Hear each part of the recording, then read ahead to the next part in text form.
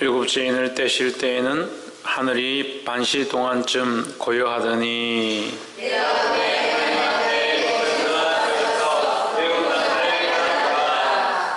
또 다른 천사가 와서 제단 곁에 서서 금이 향로를 가지고 많은 향을 받았으니 이는 모든 성도의 기도들과 합하여 보좌 앞 금단에 드리고자 함이라.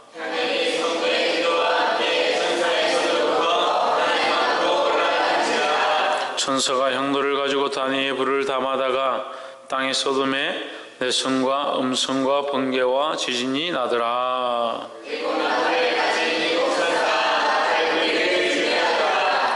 첫째 천사가 나팔을 부니 피 섞인 우박과 불이 나서 땅에 쏟아짐에 땅의 3분의 1이 타서 사위고 수목의 3분의 1도 타서 사위고 각종 푸른 풀도 타서 사위더라.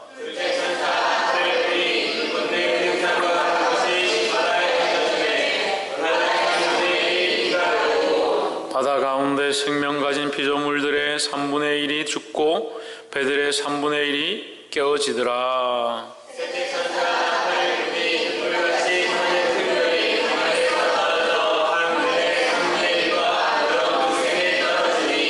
이별 이름은 쑥이라. 물들의 3분의 1이 쑥이 되매 그 물들이 썩게 됨을 인하여 많은 사람이 죽더라.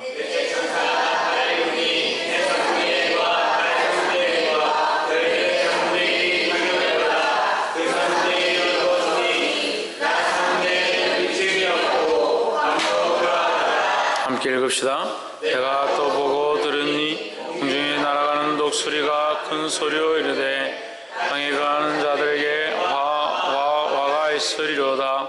이외에도 세상사의 불나파 소리를 인함이로다 하더라. 아멘. 기도합시다. 살아계신 하나님, 주의 전능하심을 찬양합니다.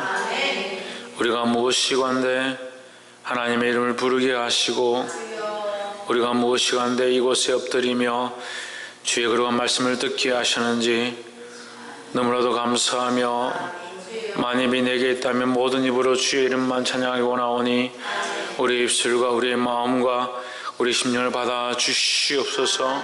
성령님 우리를 만지셔서 자루나 우루나 치우치지 아니하게 하시고 오직 그리스도만 바라보며 이 악한 세대 가운데 하늘의 둯대를 향하여 달려갈 수 있도록 도와주시옵소서. 육체를 위하여 무엇을 입으며 무엇을 마실까 염려치 아니하게 하시고 하나님 나라와 의를 구하는 자들에게 간섭하여 주시옵소서. 오늘 이 말씀이 우리의 심령을 깨우며 하나님의 사람으로 살게 하며 하나님의 이름을 영화롭게 할 수 있도록 도와주시옵소서. 주의 이름을 찬양하며 살아계신 예수 그리스도 이름으로 기도하옵나이다. 아멘. 할렐루야. 우리 옆에 상인사합시다. 사랑합니다. 축복합니다. 할렐루야. 말씀의 제목을 한번 읽읍시다. 시작. 기도와 심판의 시작이다.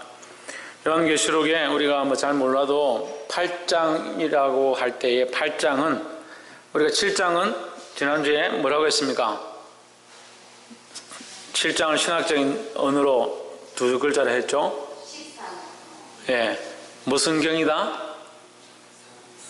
삽경이다. 삽경. 삽입되었다. 그러니까 중간에 끼워졌다. 이게 끼워 넣어서 끼워진 게 아니라 흐름상에서 하나님께서 심판하시는데 7인을 뗄 때에 7인을 떼다가 갑자기 성도들이 눈물과 그 보좌 앞에 흰 옷을 입은 자들 그리스도의 피로 빨아서 하얗게 된 옷을 입고 14만 4천 명이 모여서 하나님 이름을 찬양하고 그 보좌에 앉으신 이와 어린 양에게 영광과 찬송이 대세 무궁토로 있을지어다. 그런 이제 찬양을 종교 영광을 돌려드리는 그런 장면들이 나왔습니다. 그러면 왜 이것이 삽경이 있느냐라고 했습니까? 삽경이 왜 여기 중간에 있다고 했습니까? 하나님의 사랑이다라는 거죠. 그래서 잊지 말라는 거죠. 심판 중에도 이 요한계시록은 묵시고 하나님의 심판을 경고하고 있고 그래서 정신을 차리라고 하고 있지만 그것 또한 우리를 향하신 하나님의 사랑과 긍휼을 말하고 있다는 거예요. 그래서 심판도 하나님의 사랑이고 심판을 가르쳐 주시는 것도 하나님의 사랑이고 우리에게 심판이 없는 것도 하나님의 사랑이다라는 겁니다. 그렇으면 이제 8장에서는 이제 본격적인 심판이 시작되어지는 겁니다. 그러면 이 심판의 시작은 어디에 있느냐? 시작이라는 것은 이제 출발하게 되는 건데 100m를 달릴 때는 어떻게 출발합니까? 예? 100m를 달릴 때는 어떻게 출발합니까? 예, 출발 신호에 따라서 출발하죠. 뭐 호각을 불든 총을 쏘든 깃발을 내리든 출발 신호에 따라서 출발을 하는 겁니다. 그래서 여기 우리 8장을 통해서 우리가 알아야 될 것은 뭐냐? 이 심판의 신호라는 거예요. 심판의 신호. 심판의 시작과 신호는 무엇이냐? 뭡니까? 나팔 소리입니까? 심판의 시작의 신호는 뭡니까? 기도입니다. 기도. 심판의 시작의 신호는 기도입니다. 그런데 이게 좀 어려운데요. 이제 본문을 하다 보면 왜 기도가 이 심판의 시작이 되는가를 우리가 알게 됩니다. 8장 1절에 일곱 인을 떼실 때에 하늘이 반시 동안쯤 고요하더니 했습니다. 이제 인을 뗄 때 일곱 번째 인을 뗀다. 여섯 번째 인을 떼고 일곱 번째 인을 뗀다. 일곱 번째 인을 떼는데 지금까지는 그냥 첫 번째 인을 떼니까 흰말이 오고 두 번째 인을 떼니까 말들이 이렇게 순서대로 왔습니다. 근데 일곱째 인을 뗄 때는 특이한 일이 벌어졌습니다. 어떤 일이 벌어졌습니까? 고요가 있다니, 고요가 있었다. 다른 데 없었던 일곱째 인을 뗄 때에는 뭐가 왔느냐? 고요가 왔습니다. 그 침묵이 오고 잠잠함이 왔다는 거죠. 이 고요는 뭐냐면, 고요는 폭풍전야라고 하죠. 이제 폭풍이 있기 전에 잠잠한 거죠. 하나님의 심판이 있기 전에 모든 것이 이제 잠잠해지는 거예요. 이것은 정말 하나님의 심판이 이제 임하기 시작했다라는 것을 암시하는 것입니다. 이전에 내가 봄에 하나님 앞에 시위한 일곱 천사가 있어 일곱 나팔을 받았더라 했습니다. 사도 요한이 눈을 들어서 보니까 하나님 앞에 여러분 그냥 서 있다고 되어 있는데 제 성경에는 시위한 일곱 천사가 있어 일곱 나팔을 받았더라 했습니다. 시위한이 왜 중요하냐? 시위하였다는 것은 헤스테카신이라고 합니다. 헤스테카신이라고 하는데 이것은 서 있다. 이제 옛날 임금이 있으면 거기 나팔수들이 나팔을 준비하고 서 있는 자세를 얘기합니다. 하는데 여기서 그냥 서 있는 것이 아니라 오래 전부터 준비하여서 미리 서 있었다라는 것을 의미하죠. 헤스테카신은 이전에부터 지금까지 계속적으로 서 있다라는 겁니다. 이건 왜 중요하냐면 하나님께서는 이 심판을 그냥 하시는 것이 아니라 준비하고 계셨다라는 겁니다. 이미 하나님이 심판을 준비하셨다. 그럼 심판을 왜 준비하셨느냐? 하나님 우리를 그만큼 사랑하신다라고 하는데 심판을 왜 준비하셨냐? 죄 때문에 심판을 준비하셨죠. 그건 당연한 거죠. 죄 때문에 심판이 있고 죄로 말미암아 심판이 있다는 거죠. 죄로 말미암아 심판이 있다는 것은 의로 말미암아 뭐가 있다는 것을 말합니까? 구원이 있다는 것을 말하는 겁니다. 의로 말미암아 구원이 있기 때문에 죄로 말미암아 심판이 있는 겁니다. 우리는 죄로 말미암아 죽어야 될 자, 이미 죽었던 자들이다. 그래서 죄로 죽었기 때문에 뭐가 있습니까? 심판에 가야 되는데 죄에 대해서 완전히 죽어지니까 그리스도로 말미암아 죽으니까 그리스도로 말미암아 어떻게 됐다? 살아났다라는 거죠. 그러니까 죄에 대해서 우리는 죽었다. 이미 죽었고 그것으로 해서 심판이 있었는데 그 죄에 대해서 그리스도 안에서 또 죽으니까 그리스도로 말미암아 살림을 당했다는 거죠. 그래서 이 의는 어디에 있습니까? 그리스도에게 있습니다. 예수 그리스도에게 있습니다. 우리의 의가 아니다. 그래서 자랑할 수 없다는 거죠. 우리 에베소서 2장 하면서 배웠잖아요. 우리에게서 난 것이냐? 이 구원이 우리에게서 난 것이냐? 결코 자랑할 수 없다는 겁니다. 우리가 믿음으로 말미암아 그 은혜를 인하여, 믿음이 먼저가 아니라 그 은혜가 먼저다는 거예요. 그 은혜가. 그 은혜를 인하여 믿음으로 말미암아 구원을 얻었나, 이것이 우리에게서 난 것이 아니다라는 겁니다. 그러므로 결코 자랑할 수 없도다 했습니다. 그래서 우리는 그리스도를 믿음으로 누구의 의를 입느냐? 예수 그리스도의 의를 입는 겁니다. 우리가 아무리 옷을 깨끗이 빨아도 깨끗해질 수 없기 때문에 예수님이 변화산에서 흰 옷을 입고 그 제자들 앞에 나타났을 때 그 옷을 뭐라고 표현하느냐? 세상의 방법으로 그렇게 희귀할 수 없을 만큼 깨끗한 옷을 입었더라 했습니다. 그래서 세상의 방법으로 우리가 아무리 우리 죄를 깨끗하게 한다 해도 깨끗하게 할 수 없다는 거예요. 그래서 오늘 이 7장에서도 뭐라고 합니까? 그들이 흰 옷을 입었는데 그 흰 옷은 뭐로 빨았다? 뭐로 빨았다? 어린 양의 피로 빨았다라는 거예요. 그 어린 양이 누구십니까? 예수 그리스도라는 거예요. 예수 그리스도의 피로 빨아야 흰 옷이 되어진다는 겁니다. 세상의 방법으로 세탁한다고 희지는 것이 아니고, 세상의 공로를 많이 쌓는다고 하얘지는 것이 아니고, 그래 그리스도 예수 믿는 사람들도 이런 착각을 하는 거예요. 세상에서 내가 모범이 돼야 되고 사람들에게 봉사를 많이 하고 친절을 해야 떳떳하지. 천만의 말씀. 이게 어려운데요. 여러분, 우리가 선행을 한다고 해서 그것이 우리의 공로가 될 수 있느냐? 천만의 말씀이에요. 그럼 우리가 우리의 옷을 희게 만드는 겁니까? 그렇지 않습니다. 그럼 목사님, 우리가 왜 선행을 해야 됩니까? 우리가 옷을 깨끗하게 할 수도 없고 선행을 행한다고 뭐 밖에 있는 게 없는데 왜 선행을 해야 합니까? 하나님의 자녀이기 때문에 그렇죠.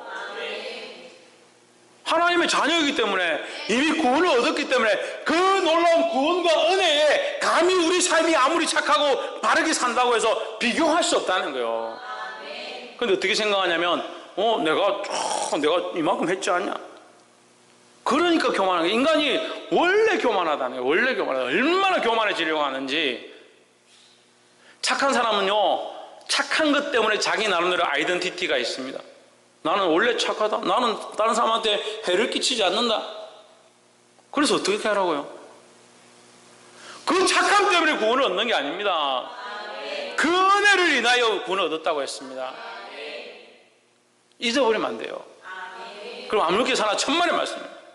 그 은혜를 인하여 구원을 얻었는데 우리가 어떻게 감히 아무렇게나 살겠습니까? 그 은혜 때문에 두렵고 떨림으로 구원을 이루어가고, 두렵고 떨림으로 봉사하고 섬기고 사랑하고 나눠줄 수밖에 없는 거죠. 천사가 서 있는데 언제부터? 이미 서 있었다. 이미 서 있었다. 하나님의 심판은 그냥 즉흥적으로 갑자기 되어지는 것이 아니라 이미 계획되었다라는 겁니다. 그래서 그리스도의 오심도 그냥 즉흥적으로 오신 것이 아니라 이미 계획되었다라는 거죠. 그럼 우리의 구원도 이미 계획되었다라는 겁니다. 이거 바꿀 수 있느냐? 없다는 거죠. 할렐루야. 그러니까 은혜라는 겁니다. 우리의 힘으로도 안 되고 우리의 능력으로 되지 않는데 하나님의 은혜로 이미 계획되어진 이것을 누가 끊을 거냐는 거예요. 그러니까 믿음이 없으니까 자꾸 엉뚱한 소리를 하는 거예요. 믿음이 없으니까 세상에 가서 자꾸 엎드리고 거기 구원이 있는가? 재물 많이 벌고 좋은 거 먹고 튼튼하면 뭔가 되는 줄 알고. 천만의 말씀이에요. 옆에 사람 보십시오. 육체를 사랑하지 좀 맙시다. 육체를 사랑하지 좀 마세요.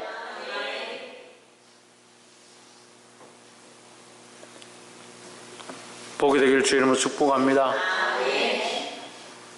3절에 일곱 천사가 해서 일곱 나팔을 받았더랬는데 3절에 또 다른 천사가 와서 했습니다. 또 다른 천사다라는 것은 어떤 천사냐? 일곱 천사가 아니란 말이죠. 일곱 천사는 뭐하러 섰습니까? 나팔을 불기 위해 서 있고, 또 다른 천사가 왔다. 또 다른 천사가 와서 뭐 사실 우리에겐 별로 중요하지 않습니다. 우리가 이 일곱 천사는 누구고 또 다른 천사는 누구고, 사실 이런 것들은 우리에게 크게 중요하지 않습니다. 우리에게 크게 중요한 건 뭡니까? 우리가 그리스도로 옷 입는다는 게 중요한 거죠. 그래서 성경을 자꾸 들어가다 보면 물론 배우고 알고 신학적으로 연구하고 더 구체적인 것을 알아서 그것이 우리 영혼에 살이 되고 양약이 되면 좋지요. 근데 그것을 안다고 해서 우리가 꼭 믿음이 좋다라고 할 수는 없다라는 거죠. 그것보다 더 내가 그리스도 안에 있는 게 더 중요하고 그리스도 안에 있기 때문에 이 말씀을 통해서 더 자라가야 된다는 겁니다. 또 다른 천사가 와서 제단 곁에 서서 금향로를 가지고 많은 향을 받았으니 이는 모든 성도의 기도와 합하여 보좌 앞 근 제단에 드리고자 함이라 했습니다. 8장 3절에 이 말씀이 좀 길어서 헷갈리기 쉬운데 간단하게 얘기하면 여러분 쉽게 설명하겠습니다. 많은 향과 모든 성도의 기도를 같은 것으로 보는 것이 해석하기에 가장 타당한 것 같습니다. 많은 향은 성도의 기도다. 어떻게 합니까? 어떻게 합니까? 앞에 한번 봅시다. 요한계시록 5장 8절.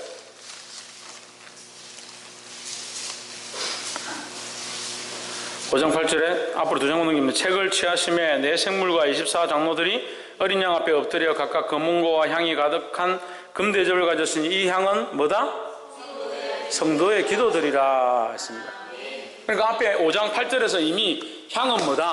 성도의 기도라 했으니까 요한계시록 8장 3절에 나와 있는 많은 향은 뭐라? 성도의 기도다라는 거죠. 그럼 많은 향과 성도의 기도를 합치는 것이 아니고 그러면 우리 해석이 좀 되죠. 많은 향을 받았으니 이는 모든 성도의 기도와 합하여 보좌 앞 금제단에 드리고자. 이거 합하긴 합하는데 향하고 기도를 합치는 게 아니죠. 이 향하고 기도는 같은 거라고 볼 수 있습니다. 그러면 뭐하고 합치는 겁니까? 많은 향이 성도의 기도라니까. 그럼 향하고 기도를 합치는 게 아니죠. 뭐하고 합치는 겁니까? 예? 그렇죠. 향로하고 합치죠. 금향로와 향을 합치는 거죠. 다르게 말하면 금향로 안에 향을 담는다라는 거죠. 금향로 안에 향을 담는다. 금향로 안에 성도의 기도를 담았다라는 거예요. 그럼 금향로는 뭐냐? 금향로는 향기를 내는 항아리죠. 향기를 내는 항아리인데 향기를 내는 금항아리는 뭐냐? 예수 그리스도입니다. 하나님이 가장 기뻐하시는 향기는 누구냐? 예수 그리스도의 향기죠. 우리가 아무리 좋은 냄새를 풍겨도 우리의 향은 그냥 인간적인 냄새밖에 안 됩니다. 우리가 드러내야 될 향기가 뭐라고 배웠습니까? 예수 그리스도의 향기죠. 샤론의 꽃이죠.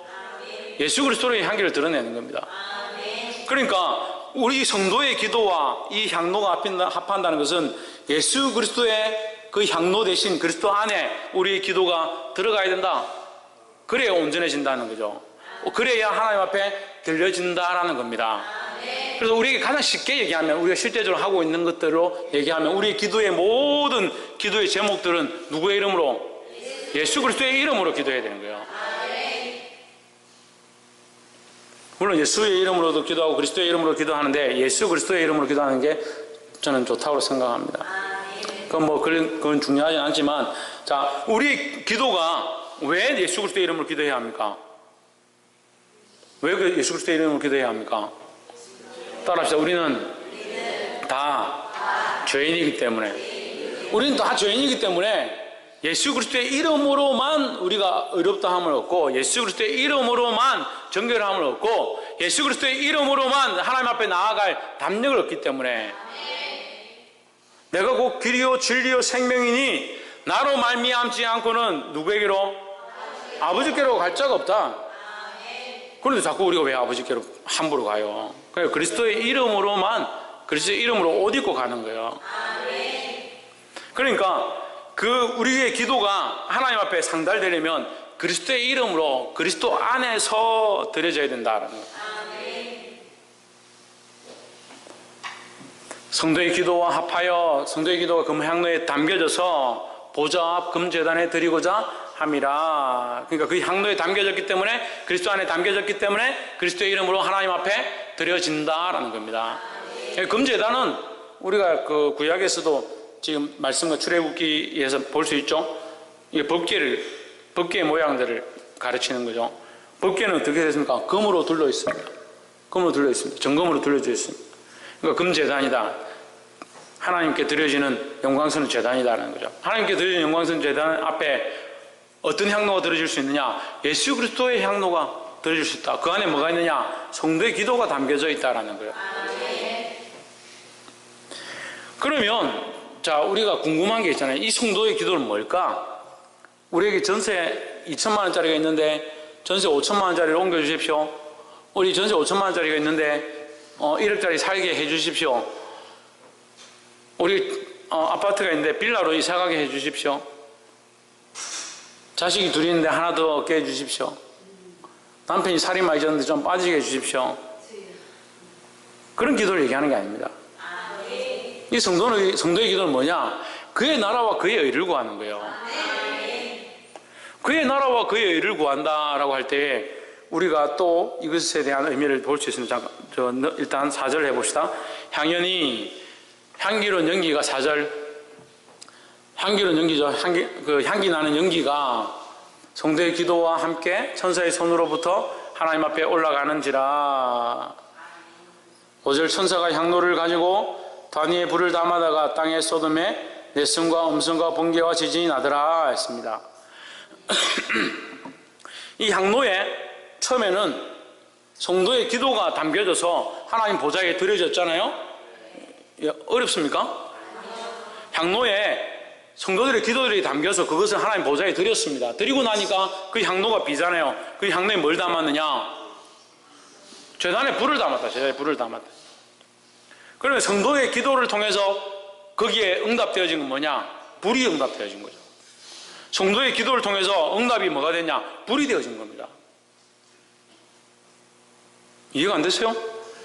향로에 성도의 기도를 담아서 하나님 보좌에 드렸는데 드리고 나니까 그 향로에 그 향기가 하나님 앞에 드려진 겁니다. 드려지고 나니까 그 향로에는 비었잖아요. 그게 뭘 닮았냐? 그게 제단에 불을 담았다. 불을 담았다. 그러니까 성도의 기도에 대한 응답은 뭐냐? 불이었다는 거예요. 왜 불이었을까? 그것도 앞에서 한번 봅시다. 6장 9절과 10절과 11절에 나와 있는데 다섯째 인을 떼실 때 내가 보니 6장 9절 하나님의 말씀과 저희의 가진 증거를 인하여 죽임을 당한 영혼들이 제단 아래에 있어 큰 소리로 불러 가로되 거룩하고 참되신 대주제여 땅에 거하는 자들을 심판하여 우리의 피를 신원하여 주지 아니하시기를 어느 때까지 하시려나이까 하니 각각 저에게 흰 두루마리를 주시며 가라사대 아직 잠시 동안 쉬되 너희 동무 종들과 형제들도 자기처럼 죽임을 받아 그 수가 차기까지 하라 하시더라 했습니다. 이건 뭡니까? 이게 신원하는 거죠. 신원. 하나님 앞에 신원하는 거죠. 애통하면서 부르짖는 거죠. 뭘 부르짖느냐? 우리의 피 흘리심을 주님 갚아주십시오 하고 기도하는 거예요.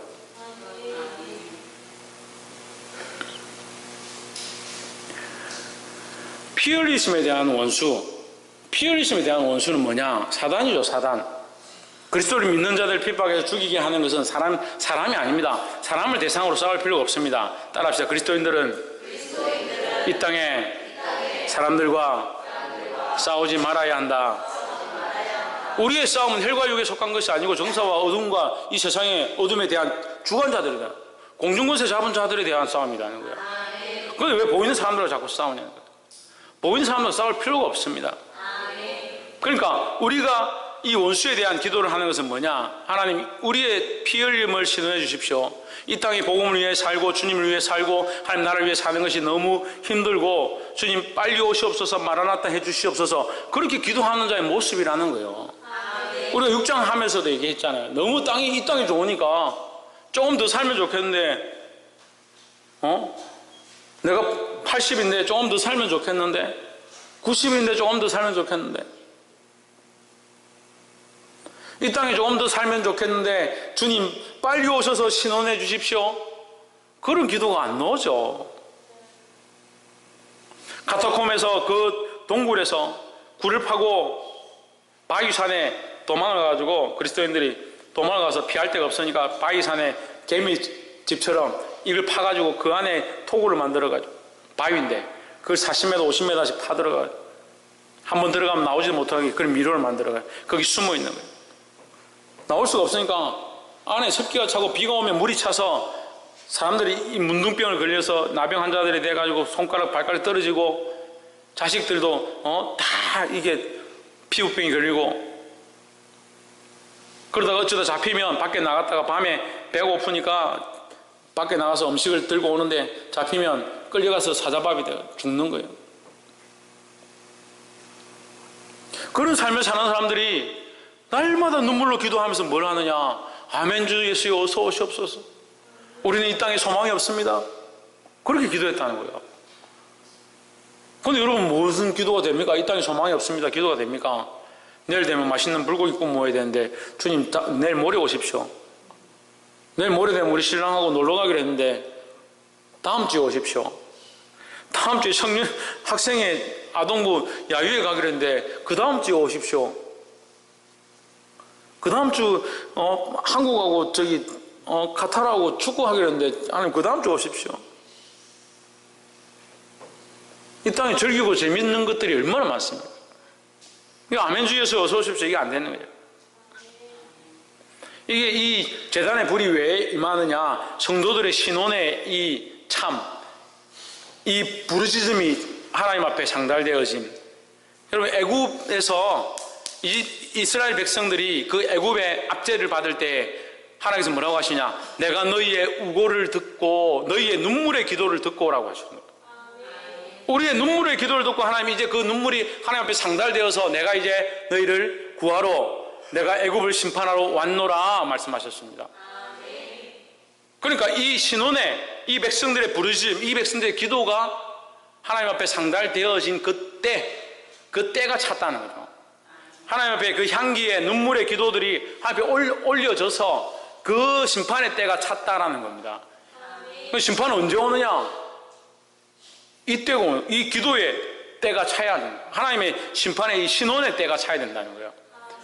그리고 6장의 말씀과 이렇게 연합해서 보면 피 흘리는 것에 이 죽음의 일들, 이 주를 위하여 산 이 고통의 모습들, 이 순례자, 이 복음을 위하여 순교자들의 그 수가 찬 때, 눈물의 기도가 찬 때, 그때 하나님의 심판이 시작된다.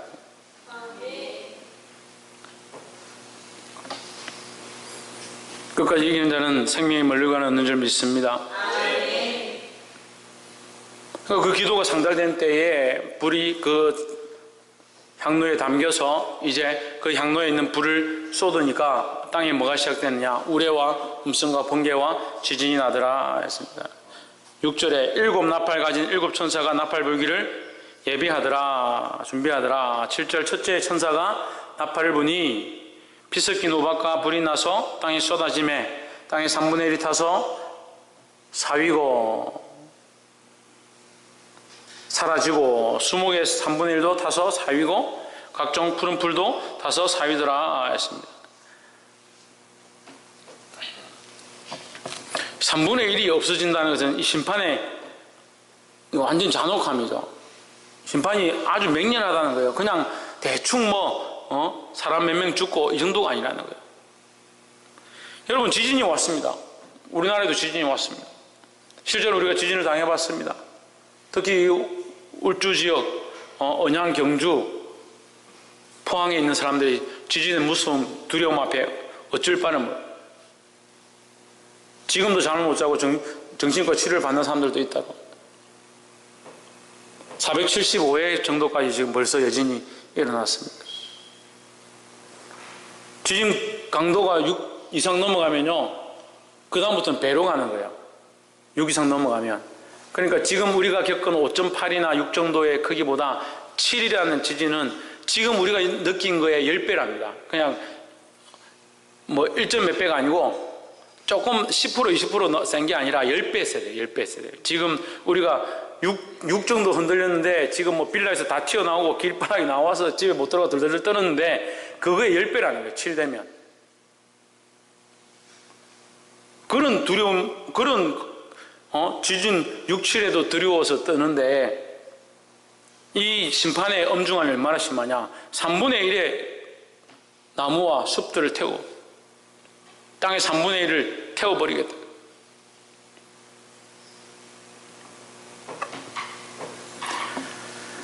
여기 보면 피 섞인 우박과 불이 나서라고 하는데 피 섞인 우박과 불이 여기 지금 심판의 모양이 출애굽할 때 그 완악한 바로의 백성들에게 주는 하나님의 심판과 모양이 비슷합니다.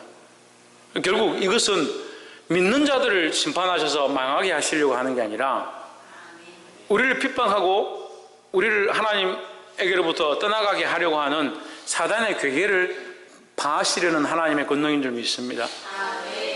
그러니까 이 우박과 불이 내렸다. 그 애굽에도 애굽의 재앙이 임할 때에 우박과 불이 내리죠. 근데 여기는 뭐가 다르냐? 우박 속에 뭐가 섞였다? 피가 섞였다. 피가 섞였다. 그래서 그 애굽의 우박과 불은 생명과 관련이 없다는 거예요. 생명을 해하거나 죽이지 않았지만 여기 있는 이 심판은 생명에 대한 일들을 이제 하기 시작한다는 거예요. 그리고 또한 이것은 뭘 말합니까? 앞에 없었던 일들이 시작된다라는 겁니다. 그리고 또 나팔을 부니, 첫째 천사가 나팔을 부니였습니다. 나팔을 분다는 것은 어떤 의미냐면 왕이 임할 때, 왕이 올 때에 나팔을 붑니다. 또 왕이 전쟁을 하러 나갈 때에 나팔을 붑니다.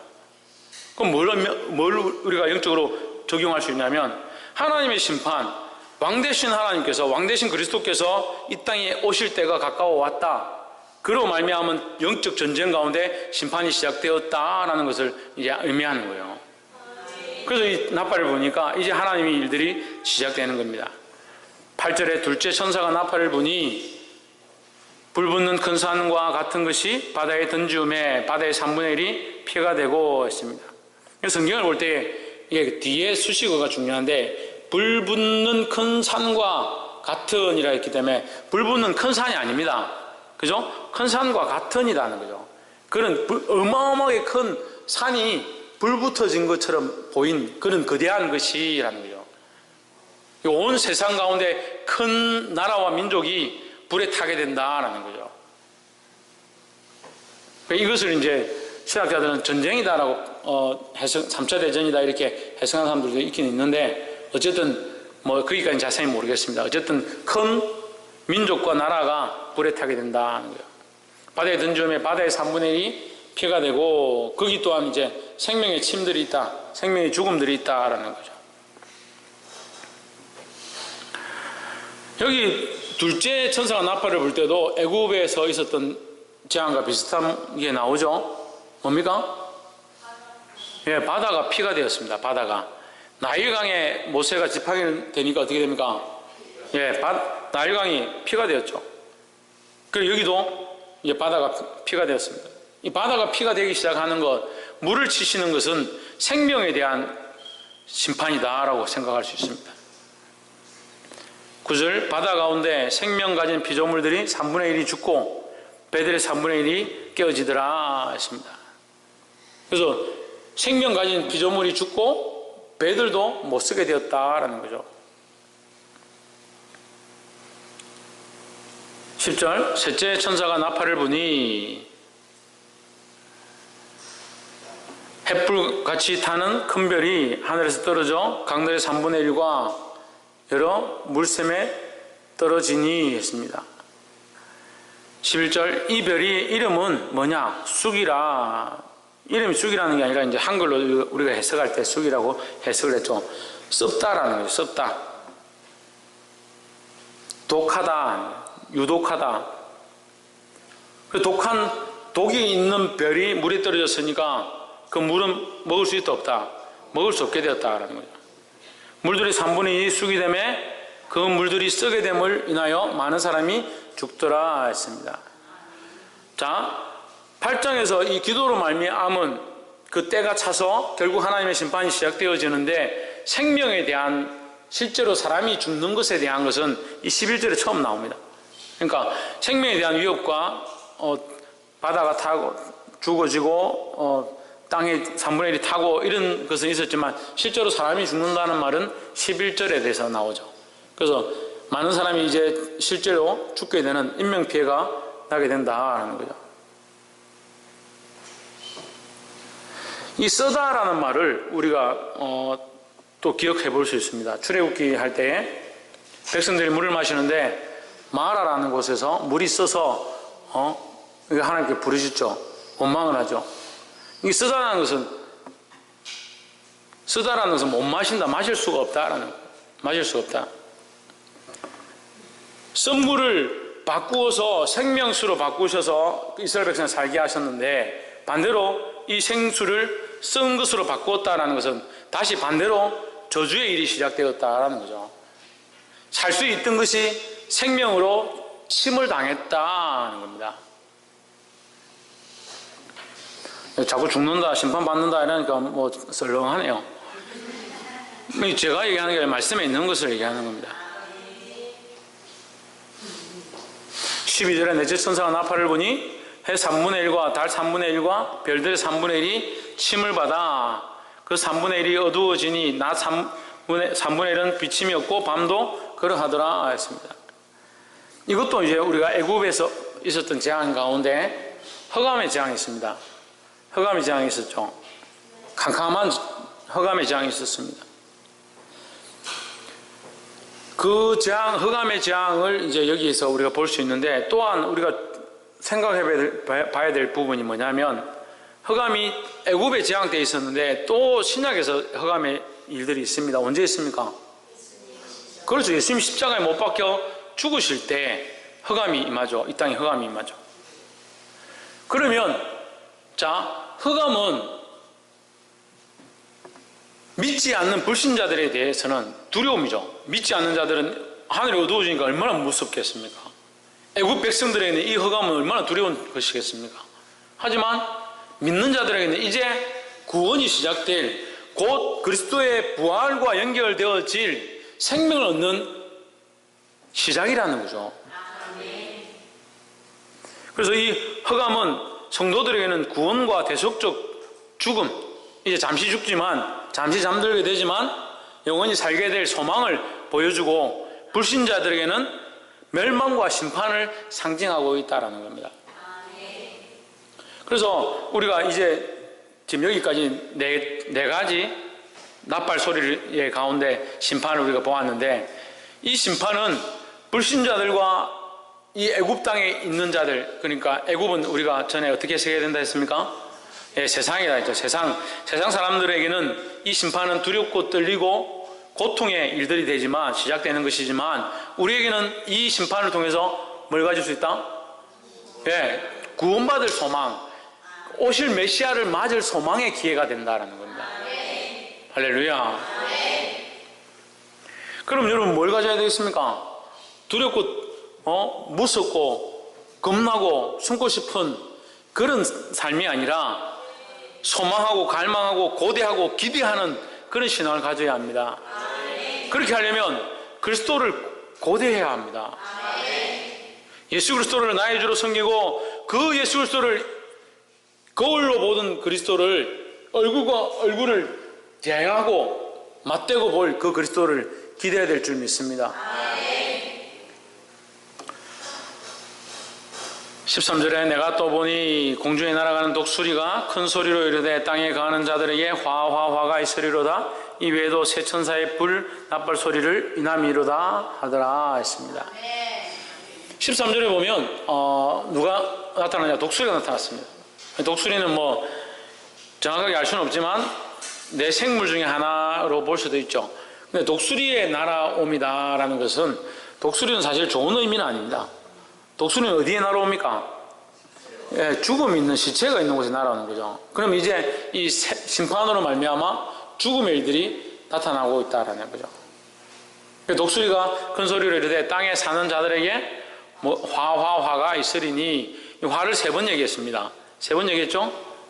이 3번은 5번째, 6번째, 7번째 남아있는 나팔 소리를 가리키는 겁니다. 5번째 나팔을 부를 때, 6번째 나팔 부를 때, 7번째 나팔 부를 때 3번 다 화가 있다라는 거죠. 어떻게 하느냐? 이는 세 천사들이 불어야 할, 화로다. 화가 있으리니, 이 화가 있으리니가 뭐냐? 이는 화가 있으리라는 말이 세 천사들이 불어야 할 나팔 소리가 남아있음이로다 하는 거죠. 그러니까 화는 세 천사들이 불어야 될 앞으로의 심판에 대해서 얘기를 하는 겁니다. 사랑하는 성도 여러분, 오늘 우리가 8장 말씀을 함께 나눴습니다.